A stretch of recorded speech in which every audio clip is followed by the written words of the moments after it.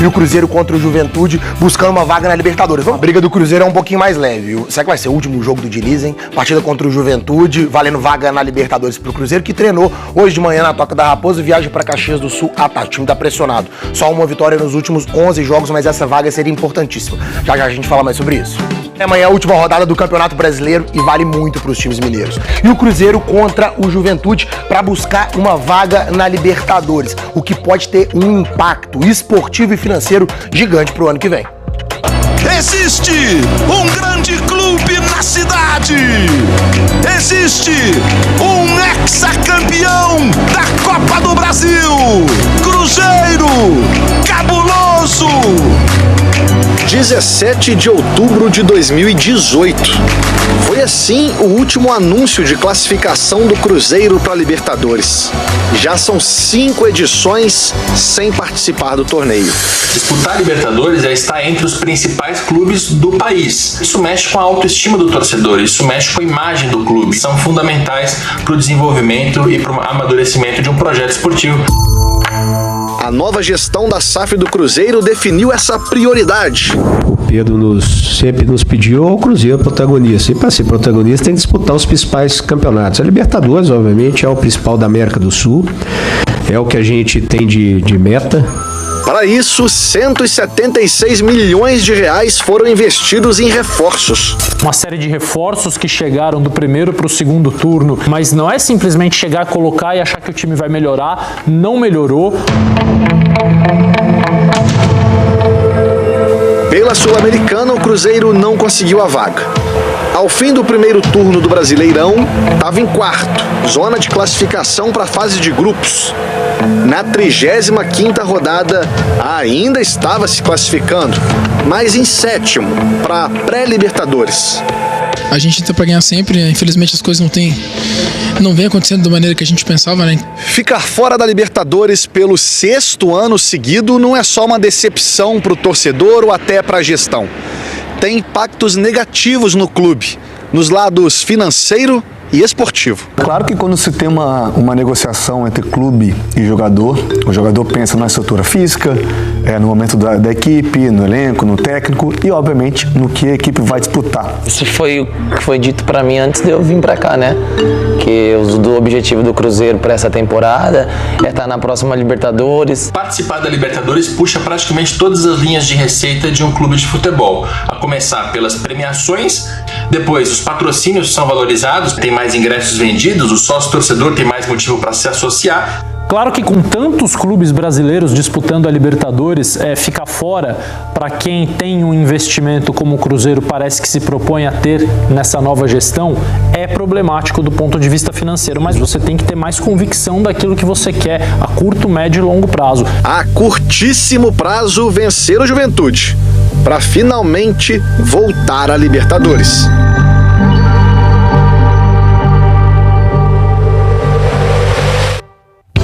Henrique Fernandes aqui no estúdio pra gente Amanhã vamos saber. Vamos saber. Você que tá em casa, pega seu celular agora, tira uma foto que a gente vai te mostrar tudo que Cruzeiro precisa pra conquistar essa vaga na Libertadores. A conta é simples, né, Henrique? Cruzeiro precisa ganhar do Juventude de qualquer jeito. Agora, o Bahia precisa empatar ou perder pro Atlético Goianiense. Precisa essas duas coisas acontecerem pro Cruzeiro conquistar a vaga. É possível? É possível, mas não ganha fora de casa pelo Brasileiro desde julho. Primeira rodada do segundo turno, aquele 3-0 no Botafogo. Bahia tá mal, não tem jogado bem, principalmente em casa. O Atlético Goianiense, depois que caiu, conseguiu um empate com o Vasco fora, ganhou do Fortaleza, então tem chance. Mas é difícil, o Cruzeiro tem que voltar a ganhar, cara. Porque com o Fernando Diniz são poucas vitórias até aqui, né? E o Fernando Diniz, será que vai ser o último jogo dele no comando do Cruzeiro? Eu espero que não, cara. Porque se já tem essa decisão tomada que não vai ser ele, mesmo classificando pra Libertadores, por que ele vai pra Caxias? Já troca de uma vez, já ganha tempo ali, leva um interino, o Cruzeiro tem comissão fixa também. Então eu acredito que essa decisão não tá tomada. Se o Cruzeiro se classificar, pode ser que o Diniz permaneça. Eu sei que o torcedor tá bronqueado, mas eu acho que se ele conseguir a vaga na Libertadores, ele ganha moral e ele ganha tempo pra também trabalhar no ano que vem, né? Sendo o último jogo ou não, o Diniz vai ter dificuldades, né? Muitos desfalques, quase um time completo. Um monte de gente, olha só. Só lesionados. Vijalba com Wallace, com Matheus Henrique, embaixo tem o Barreal que tá fora também, Caio Jorge e o Dineno. Ainda tem mais 2 suspensos, né? Zé Ivaldo e o Marlon. Com isso, o campinho que a gente Como é que traz monta o aqui time é assim? o provável Cruzeiro, ó, com poucas opções. Jonathan Jesus deve aparecer na zaga com o João Marcelo, Kaique no lado esquerdo. O trio de frente com o Verón, Lautaro Dias e Matheus Pereira. Esperança ali, porque pra ganhar tem que fazer gol. Vamos ver se vai ganhar. Fechado, Henrique. E agora, para a gente falar um trabalho de apuração, né? O Admar Oliveira fazendo um trabalho de apuração dentro daquilo que a gente já imaginava também para falar do futuro do técnico Fernando Diniz. Deve mesmo fazer a última atividade, o último treinamento com o Cruzeiro. E aí o último jogo deve mesmo acontecer no domingo. O Diniz, que está mesmo, viu, Léo, de saída do Cruzeiro, não deve mais permanecer depois dessa campanha ruim que fez o Cruzeiro, só 2 vitórias, né? Esse desempenho horroroso, 26% até aqui, a perda do título da Copa Sul-Americana, mas mais do que isso, né? Não conseguiu implementar as ideias dele de jogo e não mostrar o futebol que a gente já viu o Diniz mostrar em outras equipes. Deve mesmo deixar o Cruzeiro.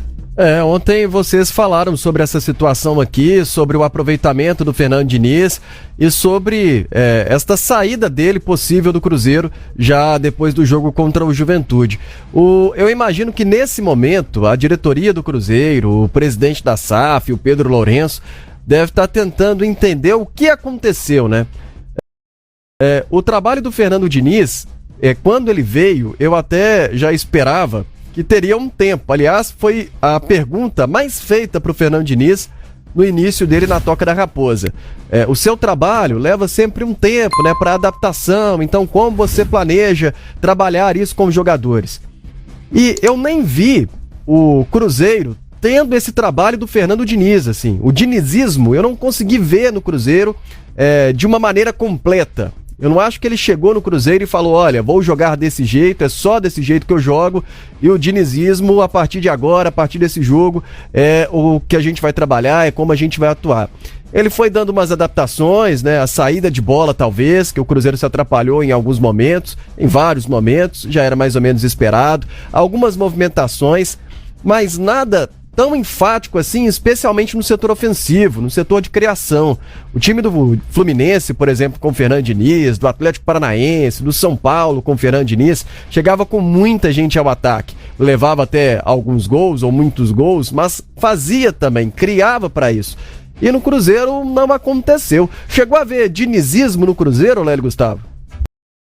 Eu não, vocês que estão sempre em loco aí, nos jogos aí, chegou a ver o Caio Jorge jogando como zagueiro em algum momento? Não. No Fluminense o Cano de vez em quando era. O Ganso também ali, ou o Matheus Pereira como volante, teve. Eu vejo, não necessariamente como volante, eu vejo, até no último jogo, eu vi o Matheus Pereira participando mais da saída de bola do Cruzeiro. Porque um dos pontos mais fortes assim, do Fluminense era também a marcação. Por mais que ele levasse gols nos contra-ataques, mas quando tinha que se fechar, ele sabia se fechar. Sabe? Isso aí também era uma marca do dinizismo. Quando você via, de repente, o Cano jogando entre os zagueiros, era um negócio inimaginável. E quando o Marcelo saía da lateral esquerda e se transformava no meia. E aí o time tinha outro lateral, tinha outro jogador que ocupava essa posição, aí o André, que era o volante, virava um zagueiro, até mesmo quando era já um momento de desespero, mas a gente não viu isso. Por quê? Porque não teve, vão falar, mas teve 2 datas FIFA, mas não é assim. Não é assim, você pode colocar aí os Beatles aí dos 4, a formação clássica dos Beatles, para ensaiar 2 semanas, não vai ter show, vai tocar mal. Tô mentindo, Seabra? Não, tá não. Se fosse o certo Pox, não precisava nem ensaiar não, aí era show bom. O certo Pox não precisa nem ensaiar, porque não vai ter show mesmo. Mas essa questão aí... Quanto tempo você ensaia pra tocar lá no Mr. Rock, ô Seabra? Mas eu faço DJ, né?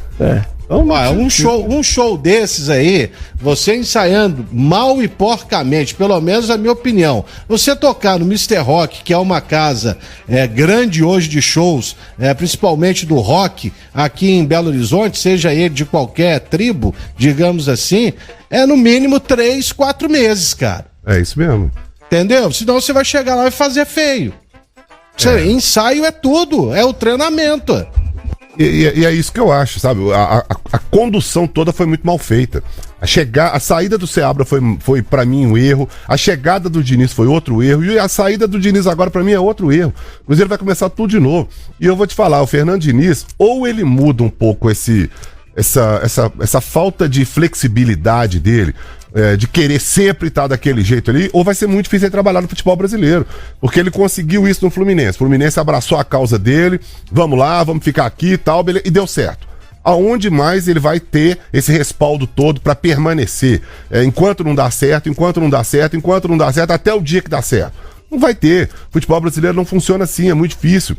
Contrata-se o Fernando Diniz precisando de qualquer forma se classificar para a final da Sul-Americana. E aí na final, olha, tem que ser campeão. Vamos ver o que dá. E no Campeonato Brasileiro não é assim. Ele não trabalha assim. Aliás, técnico nenhum trabalha assim.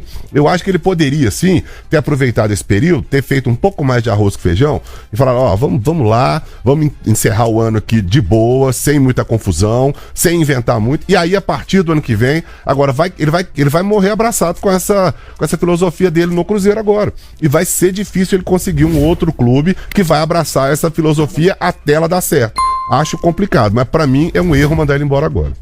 O Lélio falou sobre essa troca aí de posições, né, e tal. No Cruzeiro, eu até vejo uma tentativa disso às vezes, ou o início, né, desse esquema dele. Por exemplo, no jogo passado, eu vi um momento o William tava jogando pelo meio ou pela esquerda, né? Em alguns momentos, até no jogo contra o Bragantino, eu comentei isso contigo, Lélio, sobre o meio de campo do Cruzeiro. Vai todo mundo às vezes para um lado só. Então quando tem uma bola lá na direita, Matheus Pereira, o Álvaro Barreal, o Vital, estavam todos jogando ali próximos ao William. Quando tá pela esquerda, os três vêm e jogam perto aqui do Marlon. Acho que eles têm essa movimentação que eu não via, por exemplo, com o Fernando Seabra, mas algo muito sutil em relação àquilo que o Fernando Diniz já apresentou no futebol brasileiro e que a gente sabe que é característica do trabalho dele. Então acho que no Cruzeiro ele não teve talvez o tempo para implantar exatamente o que ele queria, então ficou meio no caminho, ficou no meio do caminho, né? Nem foi daquela maneira como ele gostaria do Cruzeiro. E também ele não soube talvez colocar de uma outra forma, tentou implementar aos poucos e seguir com o que já estava sendo feito. E o Cruzeiro, de certa forma, em alguns jogos parece sem muita inspiração. O jogador pega uma bola, não sabe para onde vai, tem a dificuldade no toque rápido, porque não vai tocar rápido, mas vai tocar para onde, que já tem que ter um movimento mais programado. E acho que o Cruzeiro teve falta desse movimento programado, né? Teve, demais. Demais, porque é uma característica desse trabalho considerado autoral aí do técnico Fernando Diniz. Não esqueça de inscrever-se no canal e deixar o seu like no vídeo e ativar o sininho para não perder nenhuma novidade do Cruzeiro.